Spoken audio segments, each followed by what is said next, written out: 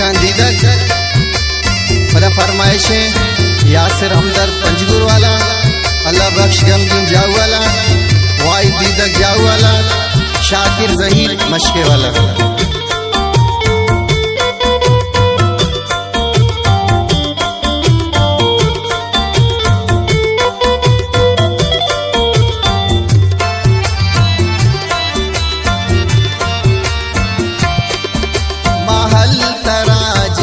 को जिंदे तही दस ग्वारा ईशा के तो न जाने ही डंग जनू के महारा।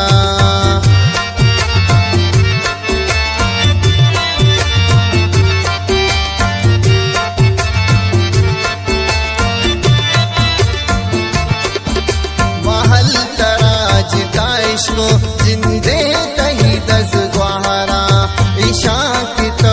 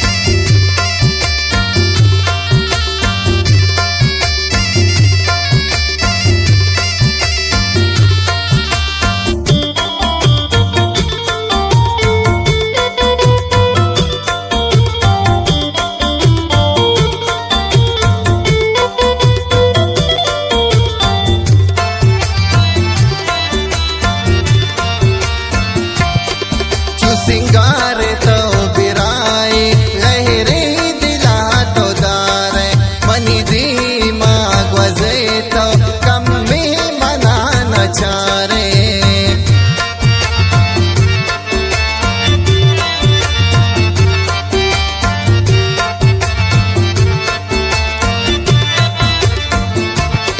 जो सिंगार तो बिराए गहरे दिला तो दारे तो कमी मना न चारे।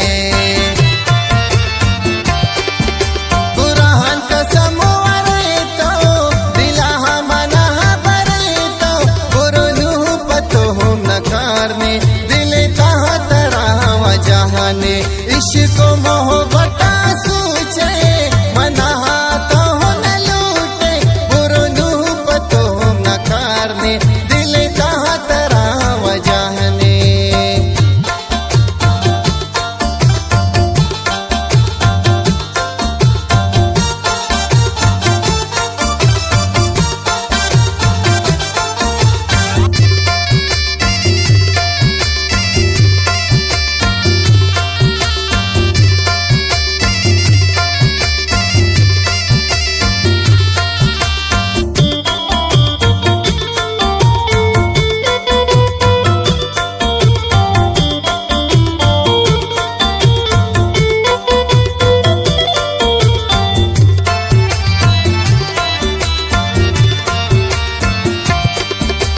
शांत ही नसीबा तई दोस्त रवा दसता होए दीदक बेबाते कोशू में वती बखता।